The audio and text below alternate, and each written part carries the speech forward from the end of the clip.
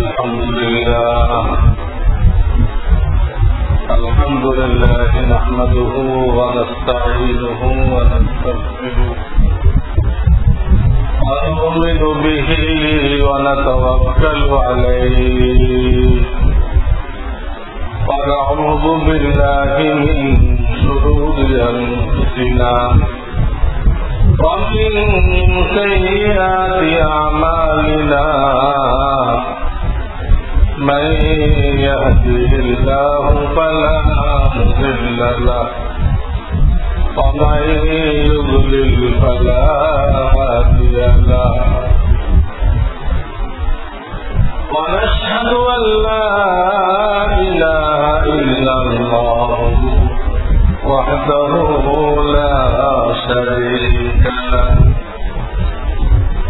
ونشهد أن سيدنا ومولانا محمدا عبده ورسوله صلى الله تعالى عليه وعلى آله وأصحابه وبارك وسلم. أما بعد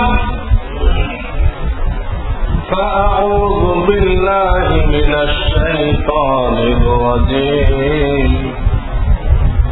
بسم الله الرحمن الرحيم.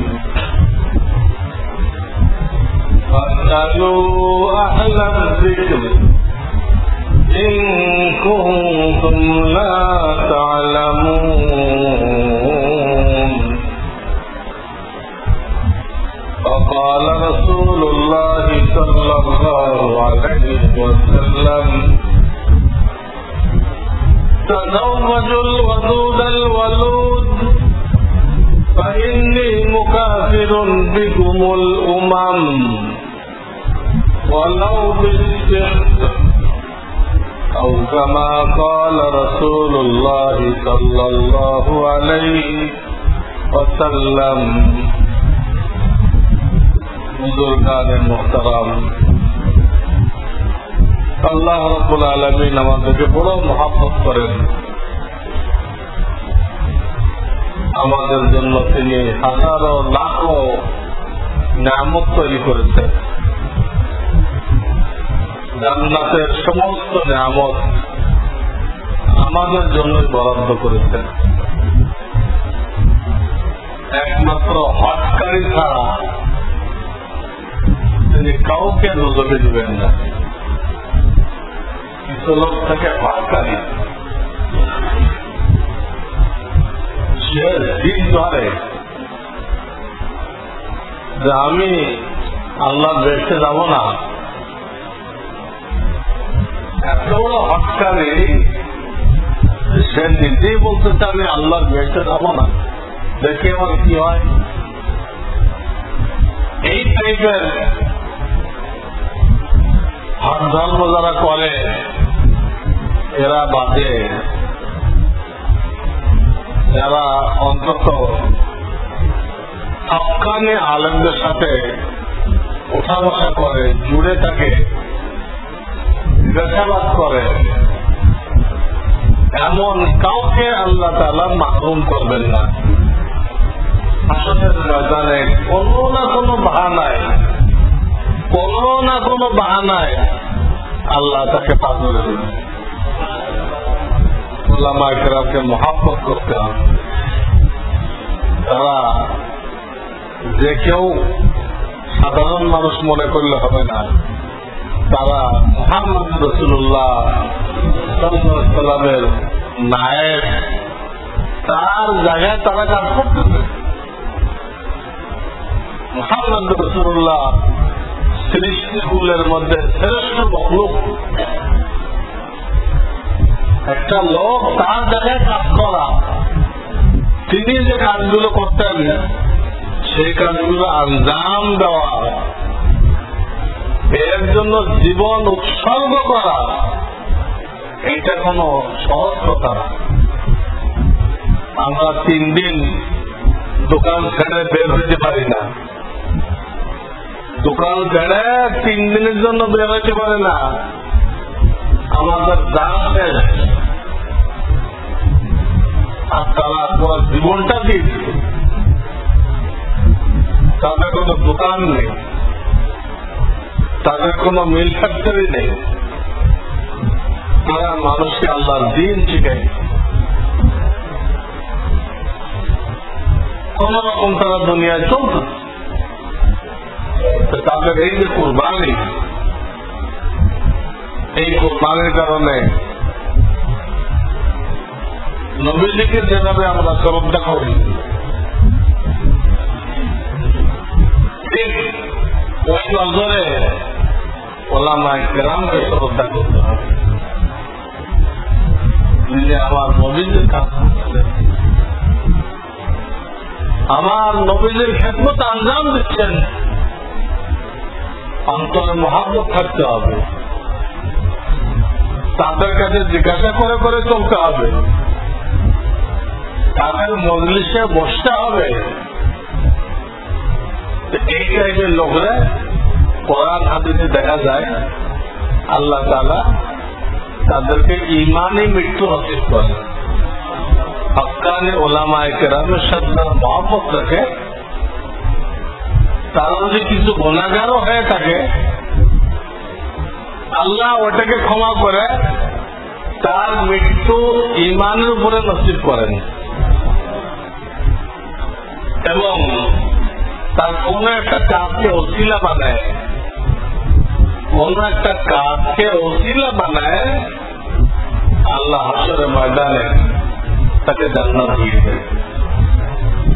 দেখা গেল একদিন কোন হক্কানি আলেমকে একটু উজু করাই দিছিল বা কোন অন্য একটা কাজ করে দিছিল, রসুলের মহব্বতে। আলেমকে কেন করতে যায়? রসুলের মহব্বতে। আমার রসুলের নায়েব, রসুল এখানে নামাজ পড়তেন, এখানে নামাজ পড়াইতেন মেহরাবের মধ্যে, রসুল এখানে বসে জুমার দিন মানুষকে বুঝাইতেন, সেই কাজগুলো সে করতেন। তো ইনশাআল্লাহ আল্লাহ রাব্বুল আলামিন তাদেরকে মাফ করে দিবেন এবং ইমানি মৃত্যু নসিব করবেন, এবং তার কোন কাজকে বাহানা বানায় আল্লাহ তাকে ওই আলেম ওলামার সাথে হাসর করে তাকে জান্নাতে পৌঁছে দিবেন। ফাদখুলি ফি ইবাদি ফাদখুলি জান্নাতি। জান্নাতে ডাইরেক্ট যাওয়া যাবে না, আগে আল্লাহ আল্লাহদের কাতারে ঢুকতে হবে, তাদের সাথে যেতে হবে। আমি আয়াতটা পড়লাম আমপাড়া থেকে, এই আয়াত বলতেছে ফাদখুলি ফি ইবাদি ফাদখুলি জান্নাতি। আমার নেক বান্দাদের কাতারে আগে শামিল হও, ওদের সাথে জান্নাতে চলে যাও। হাসরের ময়দানে চাইলেই তাদের কাতারে শামিল হওয়া যাবে না। দুনিয়াতে আপনি আমি তাদের সাথে উঠা বসা করি তাহলে যাবে, ওখানে কোনো চালাকি করার সুযোগ নেই। আল্লাহ যে এটা পড়বে আমি চালাকি করে আনন্দ করে চলে যাবো, এরকম কোনো সুযোগ নেই। সেই দেখতে পারবে যে দুনিয়াতে আনন্দের সাথে ওঠা বসা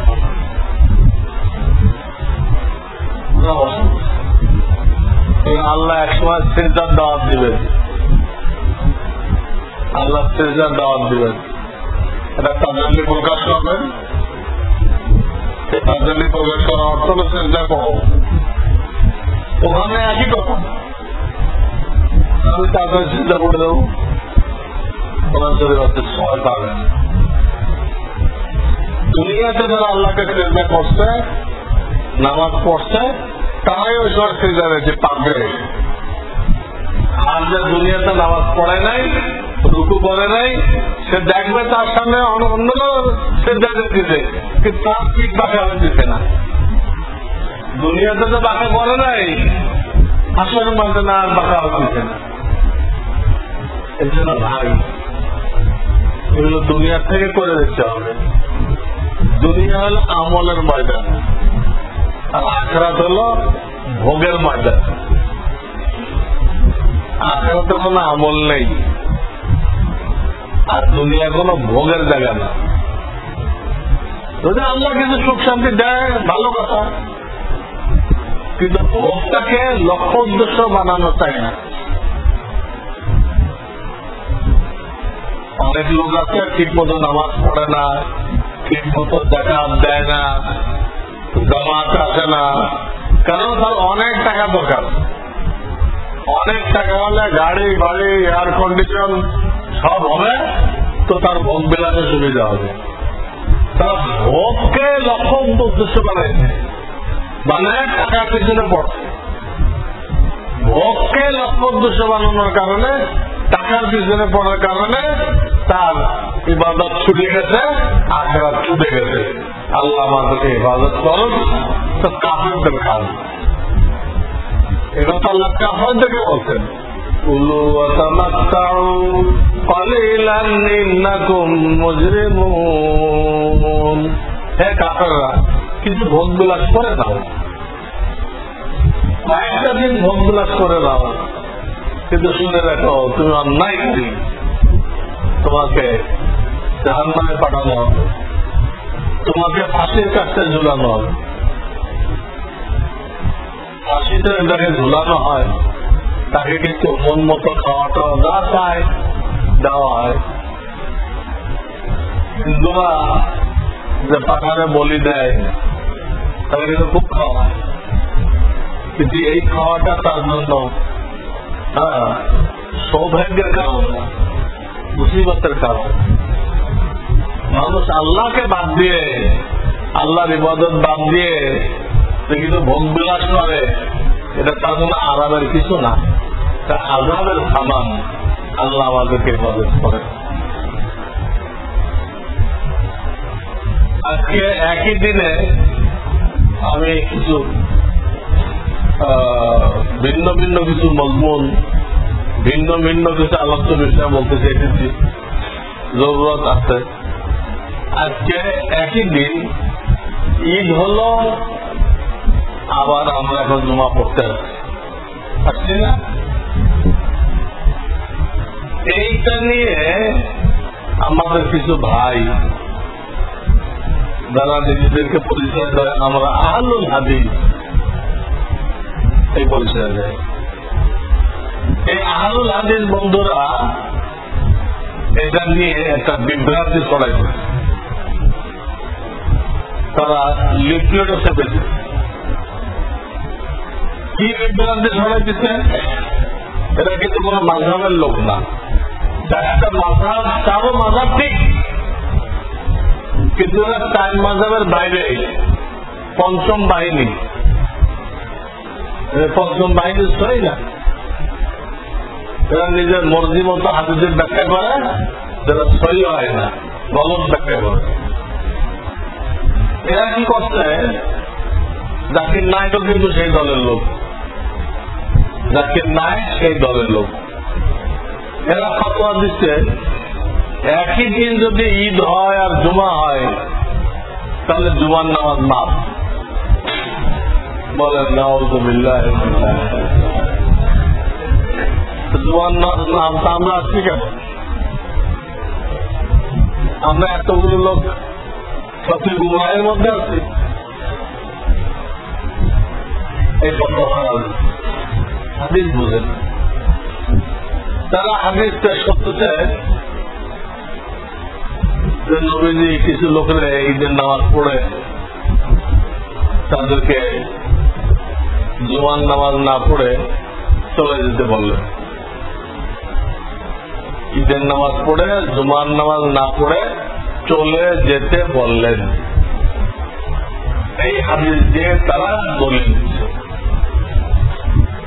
অল্প বিদ্যা ভয়ঙ্কর হাদিস তারা বোঝে না। এই হাদিসের ব্যাখ্যা হলো নবীজি সাল্লাল্লাহু আলাইহি সাল্লামের ঈদের জামাতে, তারপরে জুমার জামাতে অজপাড়ার থেকে কিছু লোক আসত। প্রত্যেকে যাদের জন্য মূলত জুমাও ওয়াজিব না, ঈদও ওয়াজিব না, কিন্তু তারা যে আজকে পড়ে নেয়, ঈদ পড়ে নেয়, জুমা পড়ে নেয়, তো জুমা পড়ে নিলে জোহর মাফ হয়ে যাবে, পড়লে হয়ে যাবে। তাহলে মুসাফিরের জন্য জুমা ওয়াজিব না, জোহর পড়তে হবে। কিন্তু মুসাফির যদি জুমাতে শরীক হয় সেটা জোহর মাফ। ঠিক ওরাও এরকম অজপাড়ায় যারা থাকে ওদের না জুমা আছে, না ঈদ আছে, না কুরবানি আছে, আল্লাহ এদেরকে মাফ করে দিচ্ছে। এরপরও রসুলের থেকে বরকত নেওয়ার জন্য এরা আসলো।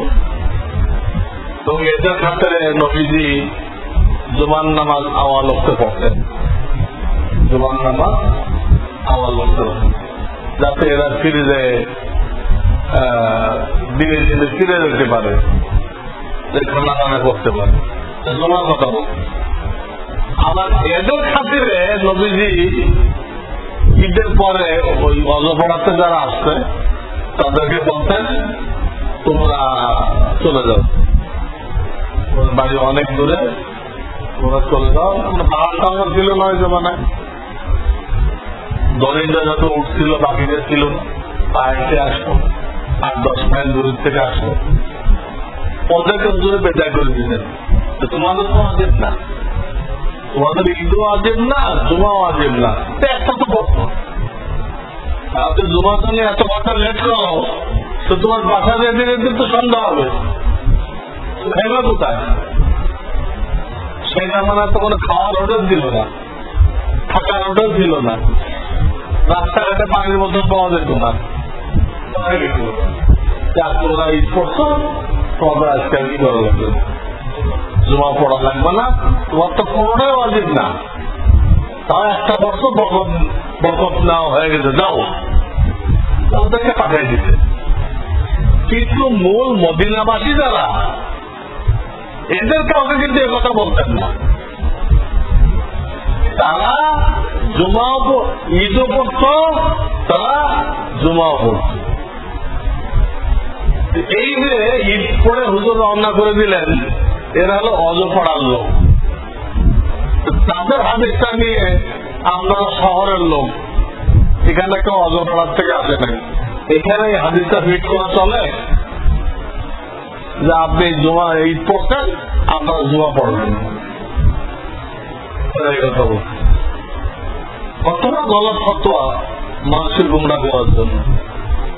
যে সমস্ত লোকদের ওলামাদের সাথে ওঠা পড়া নেই, তারা এইগুলো পড়তেছে, এসব বই পড়তেছে, ইন্টারনেট থেকে এগুলো জানতেছে, জেনে পথভ্রষ্ট হয়ে যেতে। তারা জুমা পড়বে না, তারা বলে কাজা নামাজ নেই, তারা বলে এই পঞ্চম বাহিনী কাজা নামাজ নেই।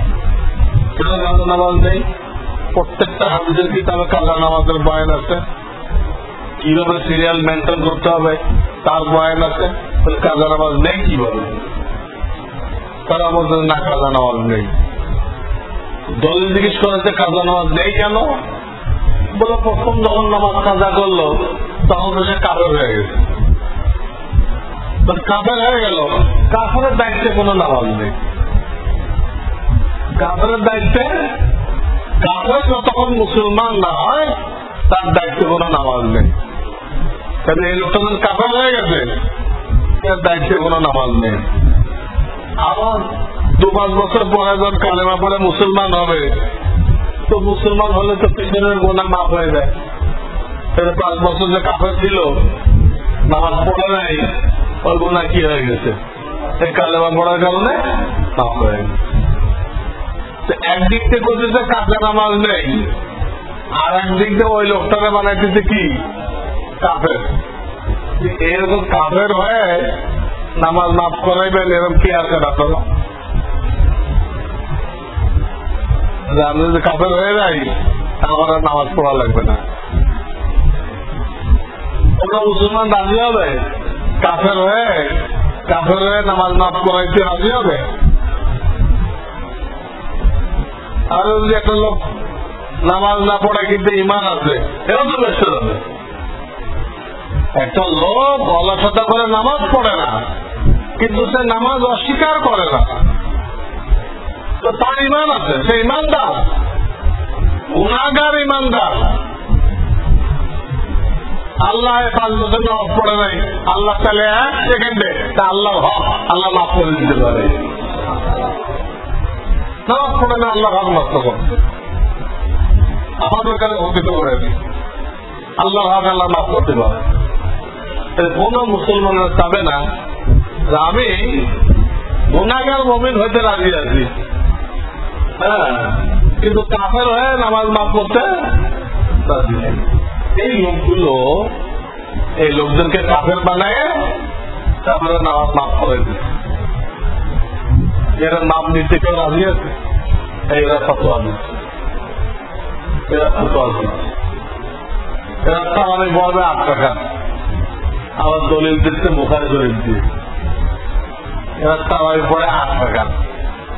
আমাদের তারাবি শব্দ অর্থ কি? তারাবি তারবি হাতুনের বহু বছর, তারবি হাতুনের বহু বছর তারাবি, তারবি হাতুন। আর তারবি হাতুন মানে রেস্ট নেওয়া, রেস্ট, আরাম নেওয়া। এর বহু বছর কি? তারাবি। তো বহু বছর হইতে গেলে আরবিতে কমপক্ষে 3 বার লাগবে, 3 বার রেস্ট নিতে হবে। কয়বার রেস্ট নিতে হবে? তো তারাবির নামাজ যদি 8 রাকাত হয়, 8 রাকাতে কয়বার রেস্ট নেওয়া যায়? 1 বার। 8 রাকাতের মাঝখানে 1 বার রেস্ট নেওয়া যায়, 3 বার তো নেওয়া যায় না। আমরা 20 রাকাত পড়ি, আমরা 4 বার রেস্ট নেই, কয়বার নেই? তোরা 8 টাকা করতেছে, সে তো তারাবির অর্থই মিলতেছে না। হাদিস কোরআন পড়ে তারাবির শব্দে যে অর্থ যে কয়েকবার রেস্ট নেওয়া, এটা তো মিলতেছে না। আমার দলিল দিচ্ছে বুখারী শরীফ দিয়ে, অথচ বুখারী শরীফ আমি পড়াই। আমি 35 বছর ধরে বুখারী শরীফের খেদমতে আছি, 35 বছর। ইমাম বুখারী কোন জায়গায় তারাবির রাকাত নিয়ে কোন অধ্যায় বানান নাই। তারাবি কয় রাকাত এই ব্যাপারে কোথাও তিনি অধ্যায় বানান নাই, কোন অধ্যায় নেই। এক একটা করে অধ্যায় থাকে না, কোন অধ্যায় নেই। হ্যাঁ, তারাবির নামাজ কিভাবে ধীরে সুস্থে পড়তে হবে, তারাবির নামাজের অবস্থাটা কি হবে, এই ব্যাপারে কিন্তু অধ্যায় আছে, এই ব্যাপারে অধ্যায় আছে। কিন্তু রাকাত নিয়ে কেউ দেখাইতে পারবে না, আমি চ্যালেঞ্জ করব। আর ইমাম বুখারীর জীবনীতে যা লিখছে, ইমাম বুখারী এক একদিন কত রাকাত করে তারাবিতে পড়তেন, রাকাত সংখ্যা দিচ্ছে, সেটা হিসাব করলে দেখা যায় 30 দিনে ওই রাকাত ওই পরিমাণ, ওই রাকাত অত অত আয়াত যদি পড়ে, আয়াত সংখ্যা দিচ্ছে। বুখারী তারাবিতে এত আয়াত শুরু করতেন। ওই আয়াতকে ধরেন ভাগ করেন, কত ভাগ দিলে এটা খতম হয়, 30 আসে। 30 দিনে যদি 20 রাকাত পড়া হয়, তাহলে ওই আয়াতের সংখ্যাটা মেলে।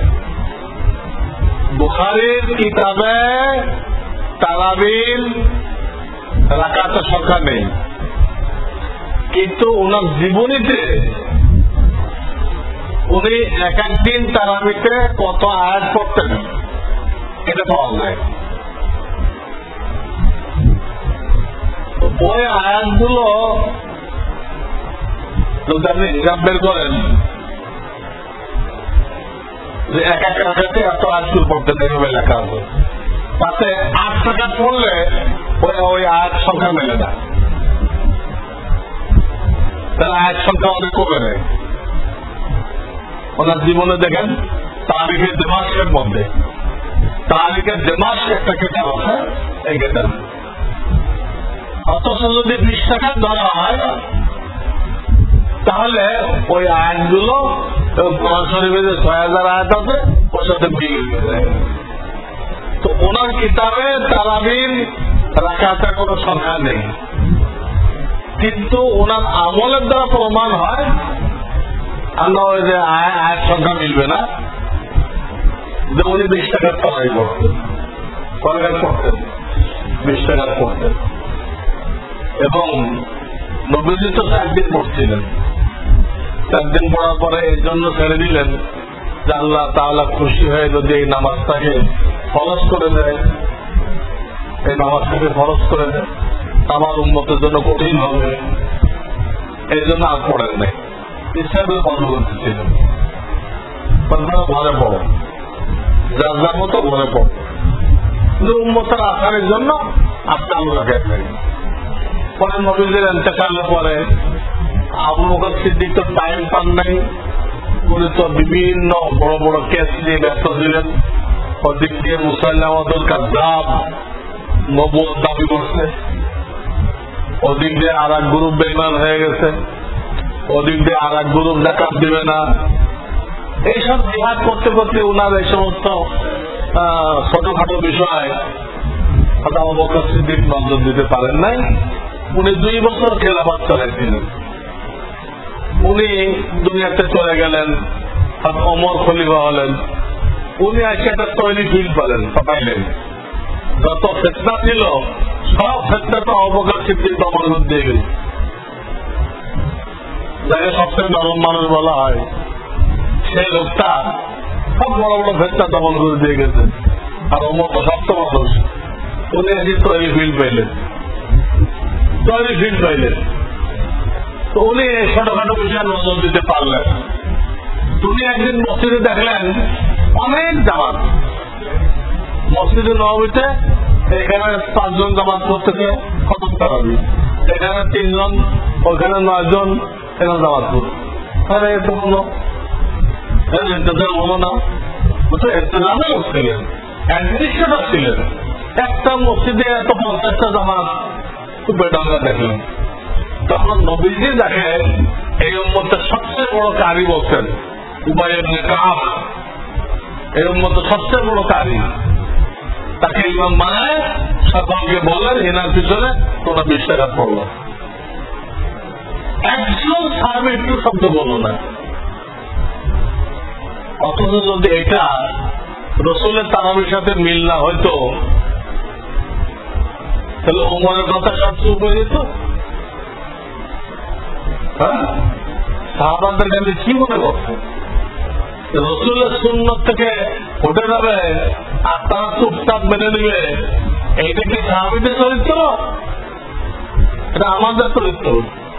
যত সুন্নত যাবো আমরা সব বুঝে সব মেনে নিব।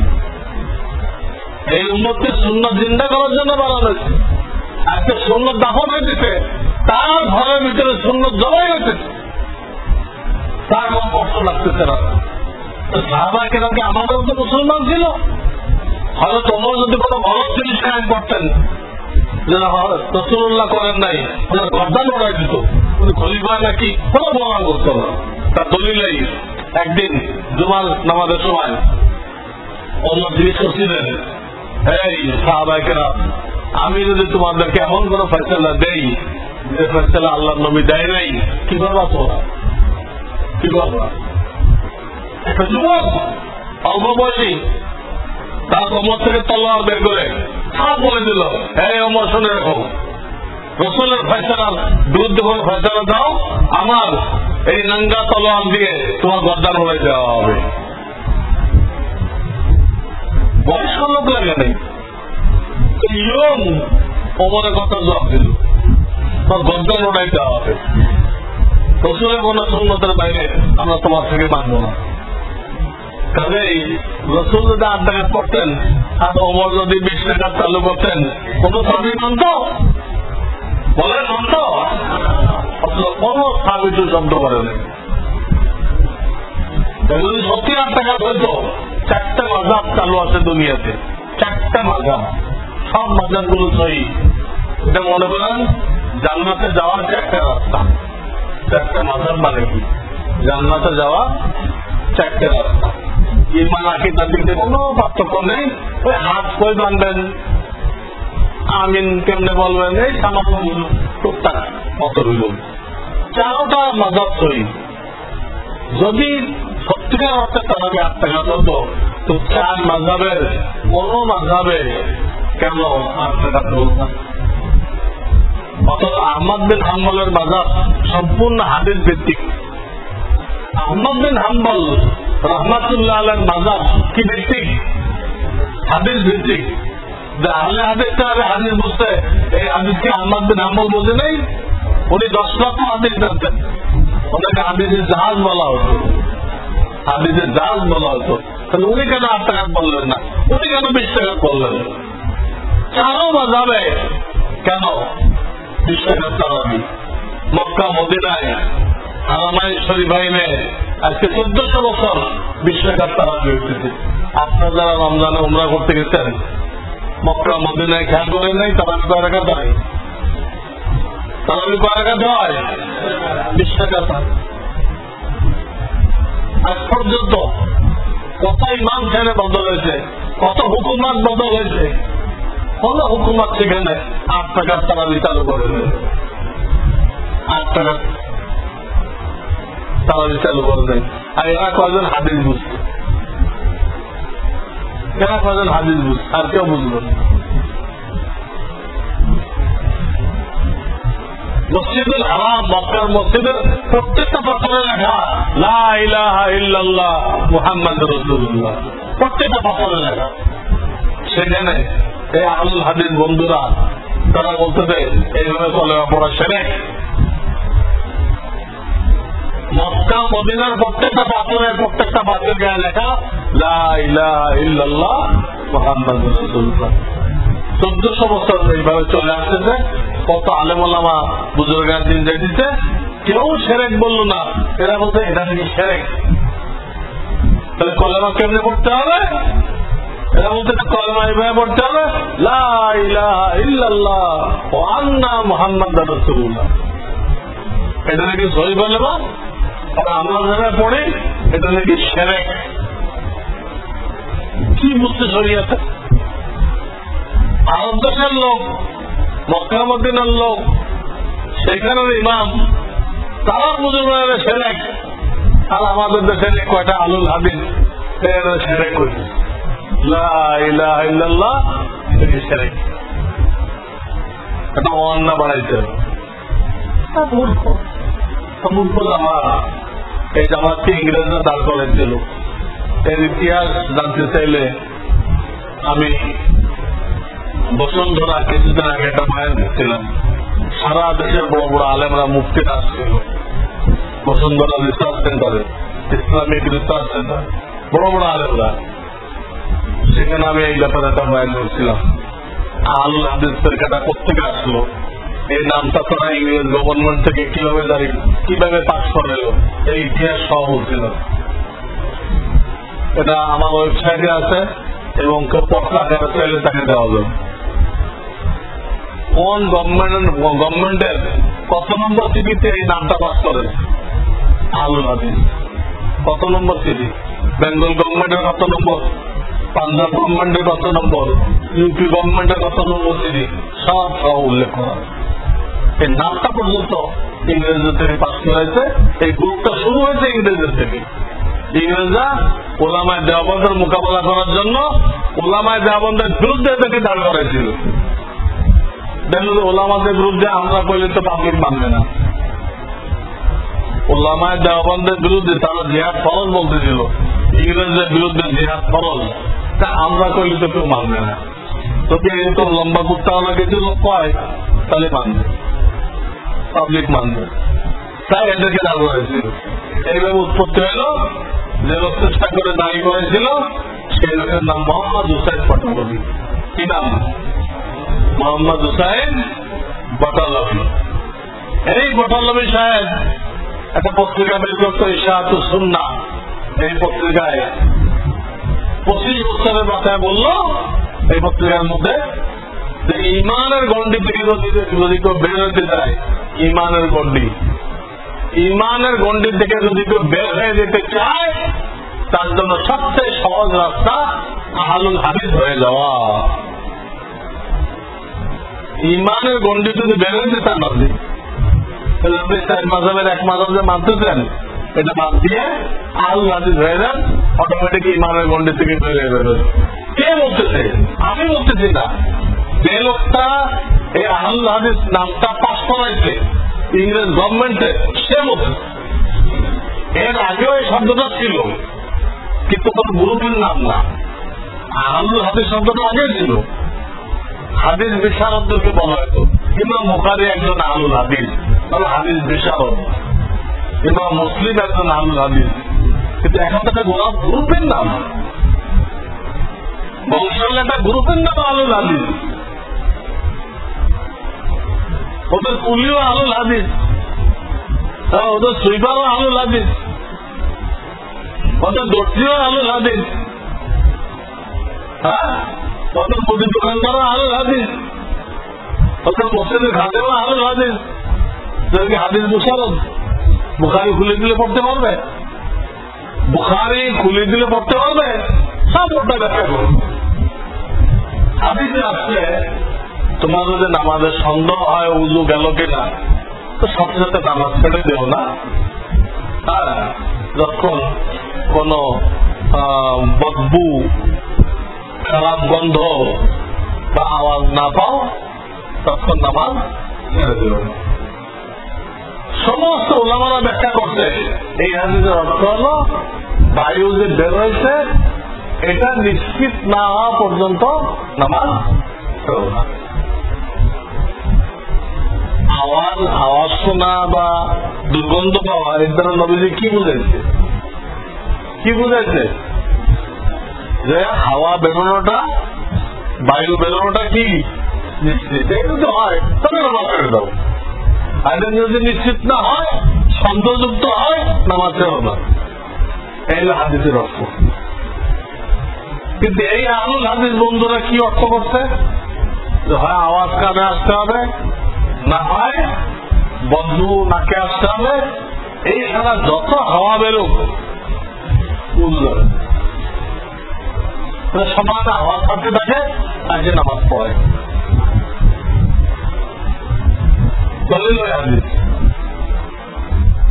ওদের পিছনে একটা না করা ঠিক না, কয়বার হাওয়া ছাড়ে ঠিক কি সমান হাওয়া ছাড়তে থাকে, হাওয়া ছাড়ে আজকে নামাজে যাওয়া যায়। তো কি আপনি এত হাওয়া ছাড়লেন যে?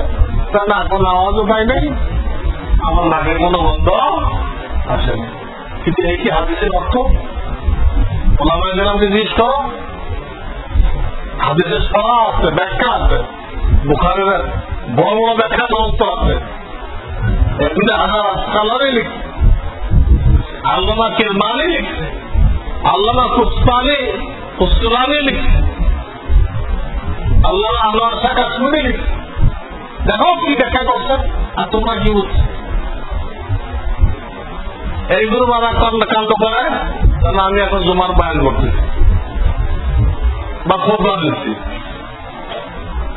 এরা এই বয়ানের মধ্যে খোদবার মধ্যে দুইয়ের নামাজ পড়বে। দলিল কি? একবার নবীজি খোদবা বন্ধ করে একটা লোকের 2 রাকাত পড়েছিলেন। খোদবা বন্ধ করে এক লোকের কি করছিলেন? পুরা জীবনে একটা ঘটনা, অথচ আরো হাজার লোক আছে খোদবার মধ্যে, তাদেরকে কিন্তু দাঁড় করায় কি পড়ার নাই, সুন্নত পড়ার নাই। এইটা যদি তরিকা হয়তো হাজারো লোক যে আসলো খোদবার মধ্যে, একবার আব্দুল্লাহ মসউদ আসলো, শুধু তো বললেন নাই 2 রাকাত পড়ে দাও। একটা ঘটনা পাওয়া যায় পুরা জিন্দেগিতে, নবীজির পুরা জিন্দেগিতে একটা ঘটনা পাওয়া যায় যে তাকে 2 রাকাত নামাজ পড়েছেন। তার নাম সুলাইক গাতফানি।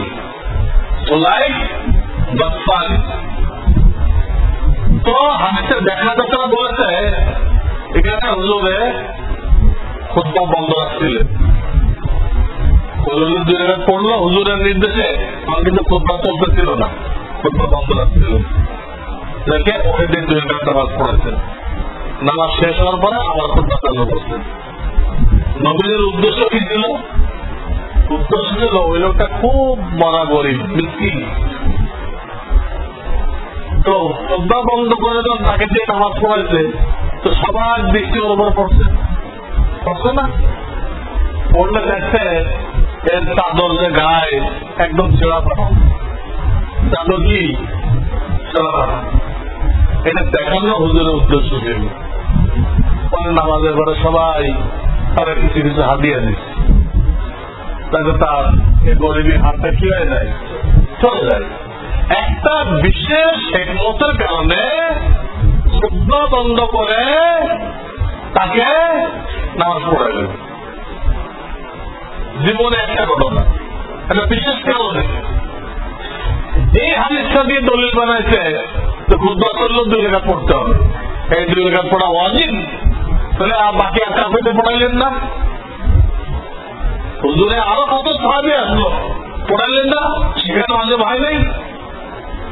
চিন্তা করেন, একটা হাদিস এটা আমল করতেছে, হাজারো হাদিস ছেড়ে দিচ্ছে, হাজারো হাদিস ছেড়ে দিচ্ছে। এখন ওসমান গনি দেরি করেছিল, তখন খলিফা হলো ওমরে ফারুক রাদিয়াল্লাহু তাআলা, উনি খুতবার মধ্যে পাকড়াও করলেন, আমি আপনি দেরি করেছেন কেন খুতবার মধ্যে? তো আমি একখানে গেছিলাম তো দেরি হয়ে গেছে, আসে আমি উজুটা করে চলে তার দেরি করিনি, উজুটা করছি। আমার পাকড়াও করলে ভাই জুমার দিনকে উজু করে নাকি? জুমার দিন তো গোসল করতে হয়, জুমার দিন কি করতে হয়? আমার পাকড়া বললেন, আর কিছু বললেন না, কিন্তু এ কথা বললেন না ঠিক আছে তুমি খুতবার মধ্যে এলা, তুই 2 রাকাত তো পড়লাম না, তুমি এই 2 রাকাত মাঝে বুঝতো এই 2টা লোকমান দেরি করে এলে কেন? আবার জুমার দিন তো গোসল করতে হয়, এই 2টা লোকমান দিলেন, এই লোকমাটা দিলেন কেন? যে খুতবার মধ্যে আসলে তো কি করতে হয়, 2 রাকাত পড়তে হয়, বললেন না কেন? এটা তো বললেন না, তুমি ওয়াজিব হইতো সেটা বলতেন না? বিলকুল জায়েজ নেই। হাদিস ইযা খারাজাল ইমাম ফালা সালাতা ওয়ালা কালাম, পরিষ্কার হাদিস, ইযা খারাজাল ইমাম ফালা সালাতা ওয়ালা কালাম। ইমাম যখন মেম্বারে বসে গেল কোন কথা জায়েজ নেই, কোন নামাজ জায়েজ নেই। সালাত মানে নামাজ, ইযা খারাজাল ইমাম ফালা সালাতা ওয়ালা কালাম। 2-1টা হাদিস আপনাদের মুখস্থ করতে হবে, সব জায়গাকে আমাদের ভেবেন নাকি? আপনি কথা বলবেন কেমনে? আপনাদের 2-1টা হাদিস জানা থাকতে হবে। ইযা খারাজাল ইমাম ফালা সালাতা ওয়ালা কালাম। ইমাম যখন মেম্বারে দাঁড়ায় গেল, বসে গেল, কোন নামাজ জায়েজ নেই, কোন কথা বলা জায়েজ নেই। তাহলে এই তারা 2 রাকাত পড়ে, তাকে এই হাদিসের বিরুদ্ধে হলো না? এই হাদিসের বিরুদ্ধে হলো না? কি লোক তারা জবাব দিক, কথা বললেই বোখারি কাছে, বোখারি কাছে, বোখারি থাকলে মানতে হবে, অন্য ক্ষেত্রে মানা যাবে না। এর কি হাদিস দেখাও? বোখারি থাকলে মানা হবে, এর বাইরে মানা হবে না। এর বাইরে কি সহিহ হাদিস নেই? বুখারীর বাইরে সহিহ হাদিস নেই, মুসলিমের বাইরে সহিহ হাদিস নেই, তুই বুখারী মুসলিম কেন করতেছ? এটা বলে তো অন্য সব হাদিস অস্বীকার করতেছ। তাহলে হাদিসটা হাদিস অস্বীকারী গ্রুপ, এটা হাদিস অস্বীকারী গ্রুপ। বুখারী মুসলিমের দোহাই দিয়ে হাজার হাদিস তারা অস্বীকার করে, অস্বীকার করে। আর কোনটা বলে জয়ীফ, জয়ীফ, তাহলে জয়ীফ হাদিস কাকে বলে? সহিহ হাদিস কাকে বলে? একটা হাদিসে বোঝাও, একটা হাদিসে বোঝাও সহিহ হাদিস কাকে বলে, আর একটা হাদিসে বোঝাও জয়ীফ হাদিস কাকে বলে। কিয়ামত পর্যন্ত পাবে না।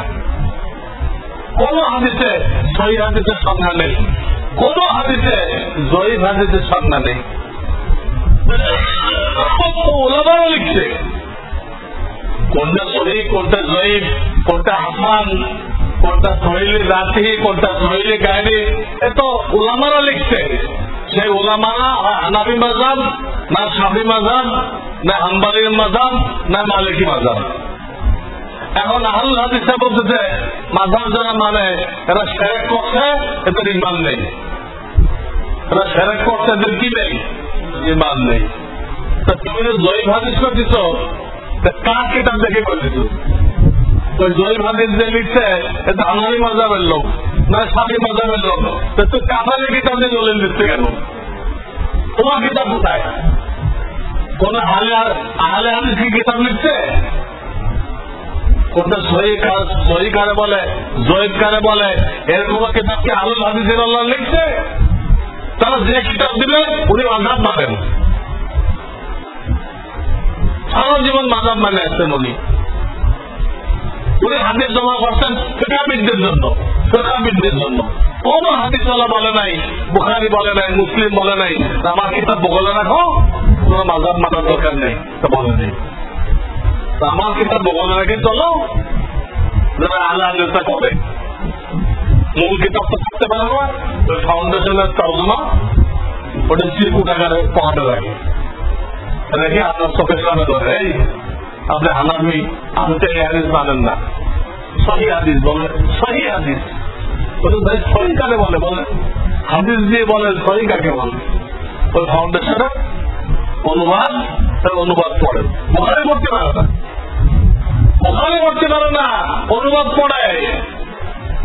যদি ধরে নিলাম সহিহ, সব সহিহ হাদিস ধরে আমল করা যায় নেই, সব সহিহ হাদিস ধরে আমল করা যায় নেই। বহু সহিহ হাদিস রহিত হয়ে গেছে। আগে আমাকে দেখতে হবে যে সহিহ হাদিসটা কি আছে, তার রাসূলুল্লাহ হায়াতে রহিত হয়ে গেছে। বুঝলাম বুখারীতে আছে সহিহ হাদিস, বুখারীতে অনেক হাদিস আছে সহিহ কিন্তু রহিত হয়ে গেছে। কি হয়ে গেছে?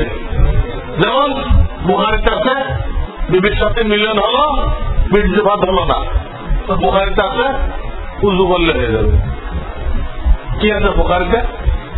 উযু করলে হয়ে যাবে। এটা সহিহ হাদিস। এক জামানা ছিল, ইসলামের পয়লা জামানা ছিল, পরবর্তী জামানায় রহিত হয়ে গেছে। আর কোন জামানায় উযু করলে হবে না, কি করতে হবে? আর আপনি বুখারীতে আছে বলে, সহিহ হাদিস বলে এর উপরে আমল করবেন? আমল করবেন?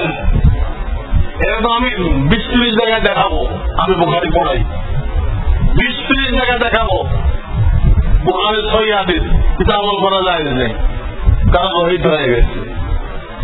এই জন্য আপনার আমার জন্য সঠিক রাস্তা হল মাযহাব মানা। যে দেশে যে মাযহাবের মুফতি আছে ওই দেশে ওই মাযহাব মানা এবং ওলামাদের সাথে জুড়ে থাকা। ওলামাদের সাথে ইনশাআল্লাহ এই লোকটা গুমরাহ হবে না। তাদের জুড়ে থাকে না, ইন্টারনেট থেকে দিন শেখে, ইন্টারনেট থেকে দিন শেখে, মসজিদের ঝাড়ুদার থেকে। ওরা মাযহাব মানে না, আল্লাহর মাযহাব মানে না, চার ইমামের কোন ইমাম মানে না, তারে মানে। ওরা মানে হলো মসজিদের ঝাড়ুদার হয়ে, মসজিদের ঝাড়ুদার হয়ে ওর কাছে করে। গাধায় যদি ঘোড়ায় যদি ধরতে রাজি না হন, তাদেরকে গাধায় ধরতে হবে।